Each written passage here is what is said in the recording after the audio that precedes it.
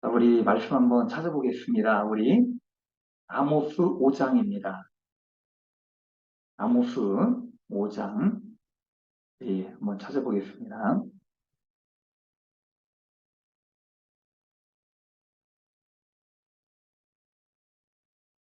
우리 페이지 수로 성경 1279페이지입니다.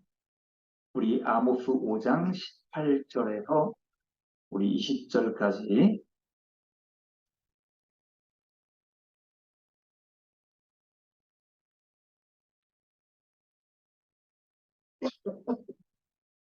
네, 우리 성경 말씀 1279페이지입니다. 1279페이지.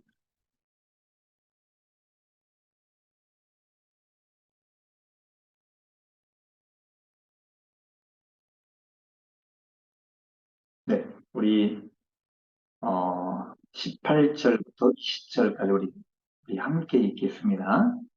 화 있을진저 여호와의 날을 사모하는 자여, 너희가 어찌하여 여호와의 날을 사모하느냐? 그 날은 어둠이요 빛이 아니라 마치 사람이 사자를 피하다가 곰을 만나거니, 하나 혹은 집에 들어가서 손을 벽에 대었다가 뱀에게 물림 같도다. 여호와의 날은 빛없는 어둠이 아니며 빛남 없는 깜깜함이 아니냐. 아멘. 아멘.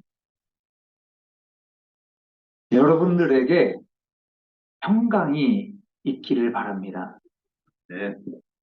제가 요즘 말씀을 전하기 전에 이 평강이 있기를 바란다는 인사를 몇 주간에 걸쳐서 말씀을 드렸습니다. 예수님께서 십자가에 죽으시고 3일 만에 죽음의 권세를 깨뜨리시고 살아나시게 됩니다. 그리고 이 땅에 남아 두려워 떨고 있는 11 제자들에게 나타나시게 됩니다. 그리고 하신 말씀이 무엇이냐? 평강할 것을 말씀을 하십니다. 주님을 진정으로 사랑하는 이들을 향해 주님도 그들이 평강하기를 바라는 것이 주님의 당연하신 마음이라고 저는 생각을 합니다. 그래서 저는 오늘 말씀 제목을 평강하십니까? 라는 제목으로 말씀을 좀 드리려고 합니다. 여러분, 오늘 말씀에서 이 평강이라는 말과는 상반되게 첫 구절에 이런 말씀을 합니다. 화 있을진저. 그죠? 화 있을진저라는 말을 시작을 합니다. 여러분, 화 있을진저라는 말은 어떤 말입니까? 이 말은요, 마치 저주에 걸린 그런 말처럼 누구나 좋아하는 단어가 아니라는 겁니다. 제가 어릴 적만 해도 유교 사상과 미신들이 많이 남아 있었기 때문에 아침에 까치가 울면 반가운 손님이나 좋은 소식이 있겠다라고 생각합니다. 그리고 까마귀가 울거나 까마귀가 날아가는 것을 보면 오늘 무언가 좋지 않은 일이 일어나겠다라는 그런 생각들을 우리가 갖게 됩니다. 저만 그런 게 아니죠. 우리 여기 앉아 계신 모든 분들이 아마 그런 생각들을 똑같이 가질 것이라고 생각을 합니다. 화 있을진저라는 말은요, 유별나게 이 선지자들이 단어로 유명할 것입니다. 아모스 선지자가 이 성경을 기록할 때 이 화 있을진저 지나가면서 툭툭 던지는 말씀이 이 단어를 이야기합니다. 물론 본인의 생각이 아닙니다.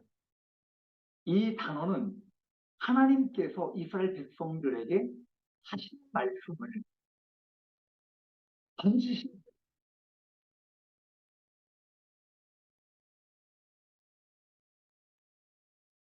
여러분, 이 저주스러운 화 있을진저라는 말을 누구에게 한 것인가?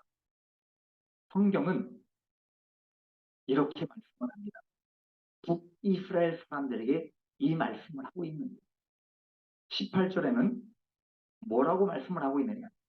여호와의 날을 사모하는 자들에게 이 말을 건네주었다. 여호와의 날을 사모하는 자.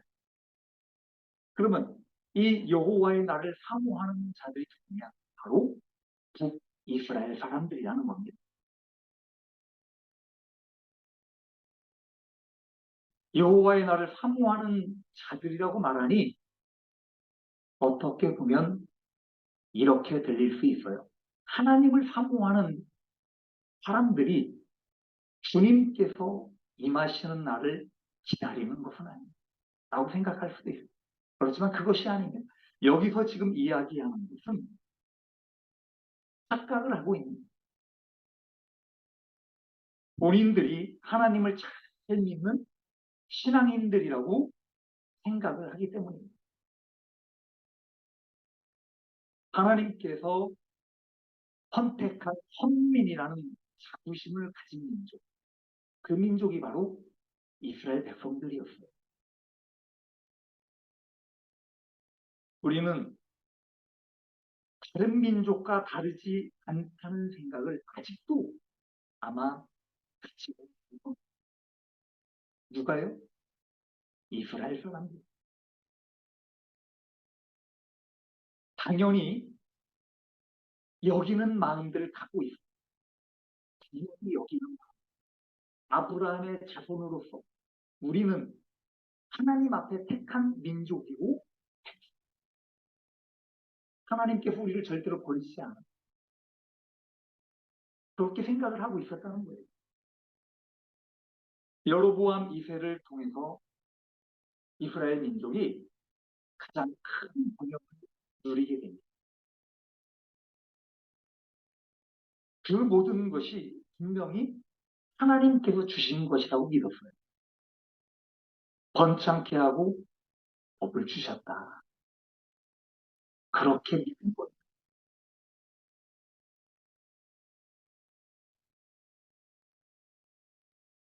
그래서 모든 이스라엘 민족들이 하나님께 향한 그 마음이 당연한 마음을 가지고 있었다는 거예요. 이스라엘 백성들이 어떻게 삐뚤어지고 잘못된 방향으로 가고 있는지에 대해서 이미 저는 여러 번의 성경 말씀을 통해 말씀을 드렸습니다. 여러분, 가장 큰 죄가 뭘까요? 하나님 앞에 가장 큰 죄가 뭘까요? 우상 숭배. 그죠? 하나님을 버리고 하나님을 배신하고 자신을 섬긴다. 가장 큰 죄입니다. 그리고 또 뭘까요? 교만하신 거예요. 누구보다도 이스라엘 백성들은 겸손해야 됐어요. 누구보다도 하나님의 율법을 아는 이 민족은 영혼을 사랑하고 섬길 줄 아는 마음을 가져야 된다는 거예요. 그러나 교만한 마음과 함께 정의와 공의가 이미 바닥에 나 있었다.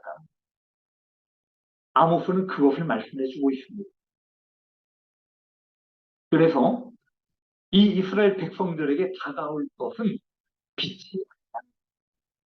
여기서 지금 뭐라고 말씀을 하고 있느냐? 어둠이 임할 거라는, 그들에게 올 것은 빛이 아니라 어둠이다. 여러분, 어둠이 찾아올 때는요, 얼마나 빠른 속도로 찾아오는지 모릅니다. 요 며칠 전에 차를 타고 가는데요, 지는 해가 보이게 됩니다. 굉장히 이뻤어요. 이 동그랗고 붉은 해가 지는 모습을 보게 됩니다. 그런데 차를 타고 가다 보니 이런 나무에 걸려서 보이지 않고 또 건물에 걸려서 보이질 않습니다. 그래서 조금 더 앞으로 가서 봐야 하고 조금 더 빨리 가서 이제 앞에 가서 해를 보려고 하니까 이미 그 아름다운 땅이 떨어진 거 숨어버렸어요.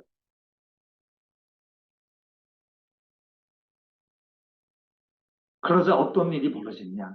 금방 어둠이 찾아오는 것을 보게 됩니다. 여호와의 날이 온다는 것, 심판을 받은 자들에게는 빛이 아예 존재하지 않는다. 여기서 왜 어둠과 빛을 이야기하고 있는 빛이 없다는 거예요. 하나님께 버림받은 영혼들이나 하나님 앞에 심판을 받을 영혼들은 빛과는 상관이 없다는 이야기입니다. 이 말씀은 뭐예요? 희망이 없는 그들의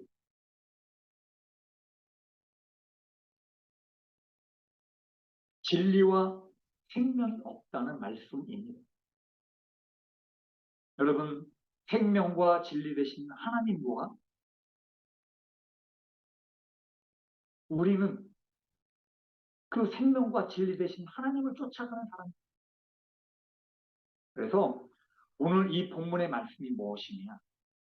그렇게 교만하고 하나님을 우상 숭배하고 공의와 진리를 버린 자들이 이런 진리와 생명 되신 하나님과 멀어질 수밖에 없다는 것을 이야기하고 있다는 겁니다. 여러분, 그런데 가장 중요한 것입니다. 하나님의 날로 표현이 된 이 심판의 날은 결코 피할 수가 없다는 겁니다. 누구에게나 다 하나님 앞에 가게 돼 있는데 이 심판이라고 하는 것을 그 어디도 피할 수가 없다라는 것을 말씀해 주고 있습니다. 오늘 말씀에는 이런 비유를 하고 있습니다. 사자와 곰에 대해서 이야기를 하고 있어요. 어느 사람이 길을 걷다가 길 위에서 사자를 만나게 됩니다.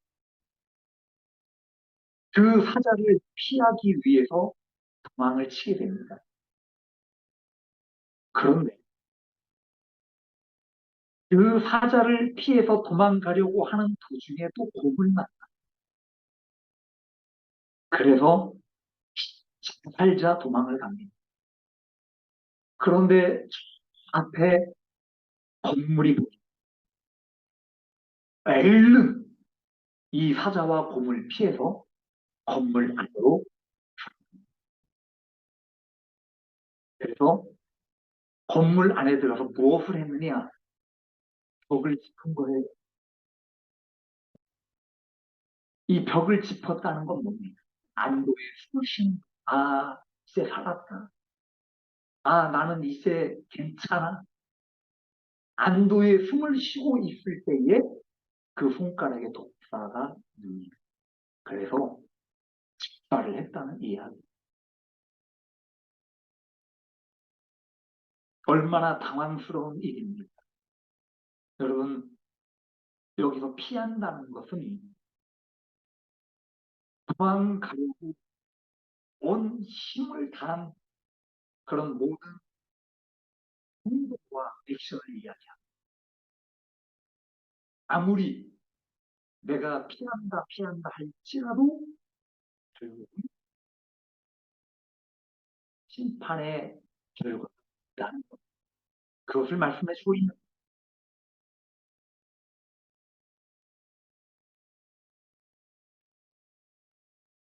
여기서 우리는 영적으로 하나님의 심판을 받는 날이 반드시 온다는 것을 알게 됩니다. 여러분, 이 말씀을 통해서 우리 적용을 해보려고 합니다. 여러분, 짧은 말씀입니다. 그런데 여러분이 이 쳐가시는 단어를 한번 생각해 보십시오.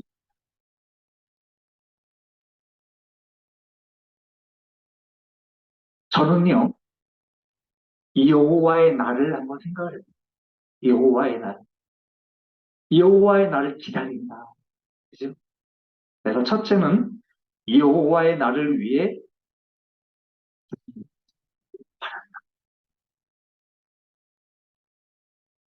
여러분 여호와의 날이 온다는 것은요 결국 모든 사람이 죽음의 문을 통과해야 된다. 죽음의 문. 우리는 죽음의 문 앞에 서 있습니다. 우리가 흔히 죽음을 맞이할 때에 요단강을 건넌다는 이야기예요. 그죠? 우리 찬송가에 요단강을 건너 하나님께 의의 멸관을 하는 그런 찬양을 합니다. 여러분 요단강을 건넌다는 게 뭡니까? 물을 통과하는 거예요. 우리를 씻기는 물, 우리의 죄와 우리의 허물을 깨끗이 씻어내는 거예요. 하나님 앞에 갈 때에 모든 걸 다 씻고 가는 거예요. 완전히 거듭난 상태로 가는 거예요. 그래서 물이라는 단어를 쓰는 거예요. 여러분 홍해 바다를 건널 때에 이스라엘 백성들도 바다로 들어갑니다. 그리고 그 이스라엘 백성들을 따라서 애국 분들도 함께 들어가요.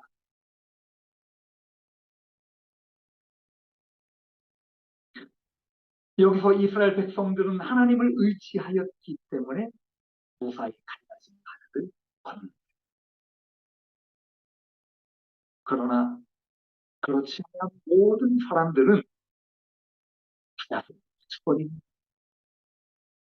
그래서 하나님을 믿는 자와 하나님을 믿지 않는 자가 이 불이라는 것을 통하여 갈라지게 구분이 되는 것.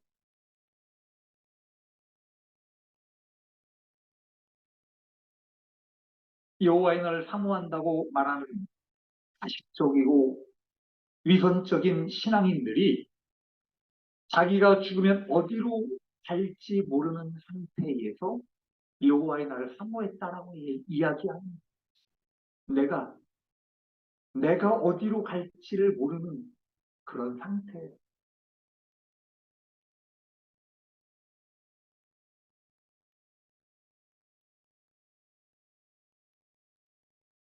그런 북이스라엘 사람들이 도대체 얼마나 큰 기신과 확신 갖고 있었단 말이에요. 여러분 사람은 다 죄인입니다. 우리는 하나님 앞에 그저 용서받은 죄인일 뿐입니다. 내 주제를 알아야 돼요. 우리는 내가 갖고 있는 죄성과 연약함을 알아야 됩니다. 여러분들이 구원을 받든 안 받든 하나님 앞에 설 때에 하나님 앞에 서 있을 사람이 없다는 거예요. 우리는 주님을 뵈면 그 주님을 보고 우리가 가만히 서 있을 겁니다. 아니잖아요. 하물며 이 죄인들이 하나님 앞에 서면 어떻겠습니까?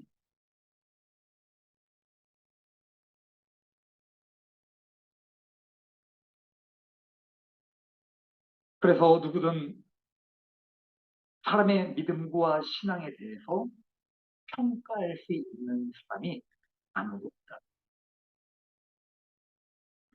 잔느 귀용이라는 사람이 쓴 책에 이런 내용이 있습니다.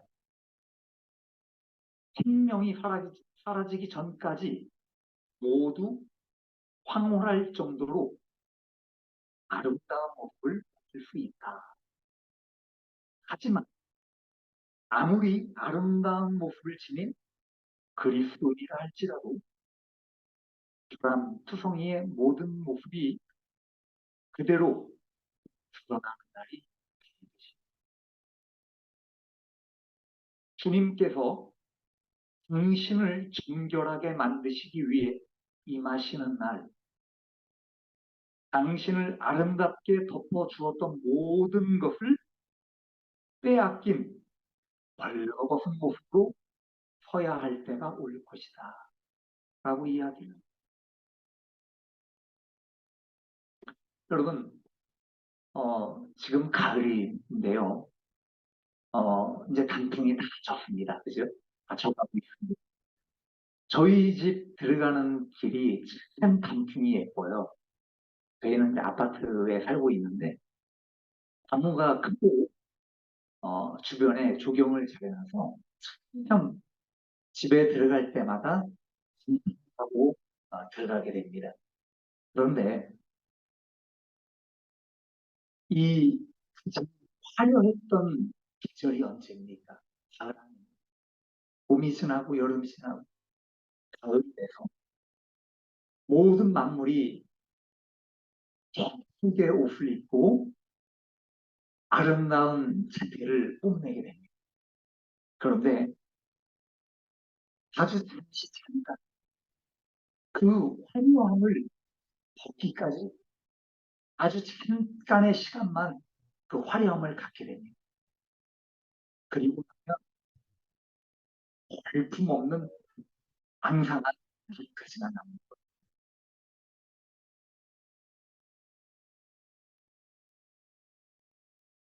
저는 이 자연을 보면서 우리가 하나님께 갈 날이 하루하루 지나면서 또 1년 1년 살면서 하나님께 갈 날이 쏟아지고 있다라는 생각이 듭니다. 여러분 민낯 없이 하나님 앞에 모든 것이 드러나는 날이 온다는 겁니다. 그러므로 사랑하는 우리 형제 자매 여러분, 우리는 겸손해집시다. 낮아진 마음으로 우리가 살아갈 수 있기를 바랍니다.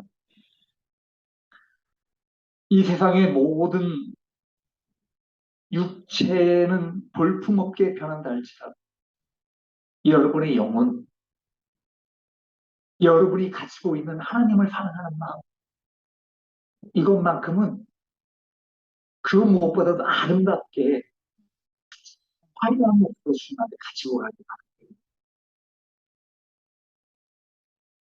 여러분 두 번째는 평강할 수 있기를 바라는 거예요. 저는 이 설교 말씀을 준비하면서 화가 있으리라라는 이 단어가 사실은 굉장히 강하게 왔어요. 그런데 우리가 매주 전하는 말씀이 회개에 관한 말씀이고 나를 쳐서 하나님 앞에 복종하고 내가 주님 앞에 꺾어져야 돼. 이런 말씀들을 많이 해요, 사실. 그런데 저는 반대로 생각을 해봅니다. 화가 있다라는 말보다 우리 평강합시다. 평강이 있을지어다. 그 단어가 생각이 나는 거예요. 여러분, 화가 임한다는 건요. 아무리 내가 피한다 해도 뱀에 물리는 거죠. 그죠? 오늘 뱀에 물려서 죽었습니다. 화가 임한다는 거는 깜깜한 곳으로 들어가야 되는 거예요. 오늘 성경이 그렇게 말씀을 하죠? 여러분, 우리 마태복음 8장 12절에 이렇게 말씀을 합니다. 참고해 주시기 바랍니다. 그 나라의 본 자손들은 바깥 어두운 데 쫓겨나 거기서 울며 이를 갈게 되리라. 성경에는요, 바깥 어두운 곳에 쫓겨나서 이를 갈며 있으리라라는 말씀이 참 많이 나와요. 그래서 이 아모스의 말씀들이 이 신약의 말씀과 연결이 되는 거예요.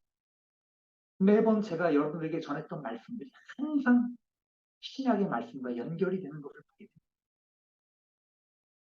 그래서 우리가 하나님을 믿는 백성들은 주님께 갈 거예요. 주님의 품 안에 거할 겁니다.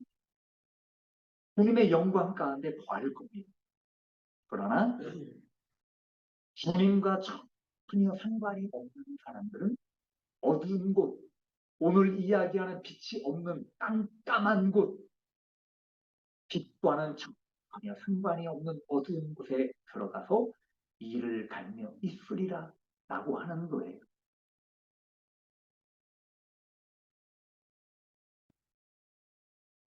여러분, 그러나 샬롬이라고 하는 너희에게 평강이 있을지어다. 평강이 있을지어다라고 하는 것은요. 주님께서 버리지 않겠다는 거예요. 우리를 절대로 버리지 않겠다는 거예요. 너와 함께 하겠다는 거예요. 그렇기 때문에 두려워 말라. 여러분, 한 주간 평강하셨습니다. 우리 강상국 형제님 어떠셨습니까? 한 주간 아프신데 우리 많이 힘드셨죠? 우리 정은이 집사님 어떠셨습니까? 네. 힘드실 때도 있었죠, 그죠?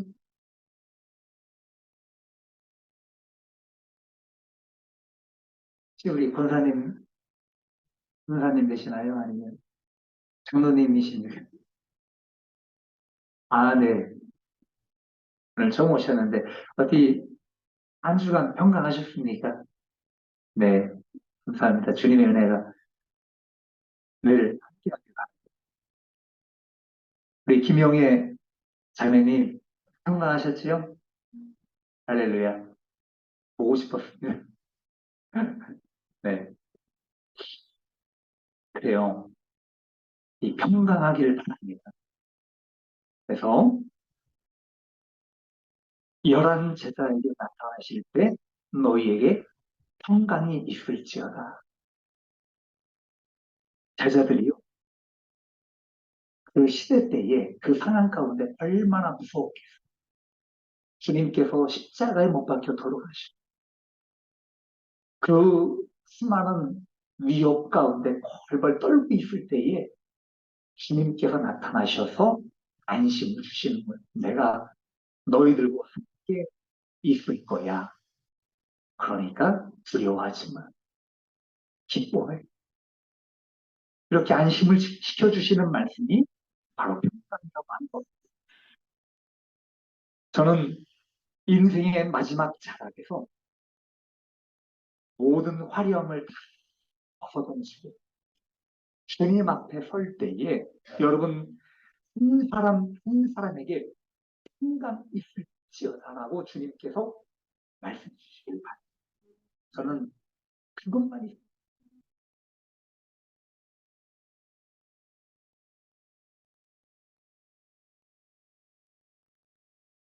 저도 이 시간에 여러분에게 말씀을 마치면서 이 마지막 한마디 해봅니다. 여러분들에게 평강이 있을지어다. 기도하겠습니다.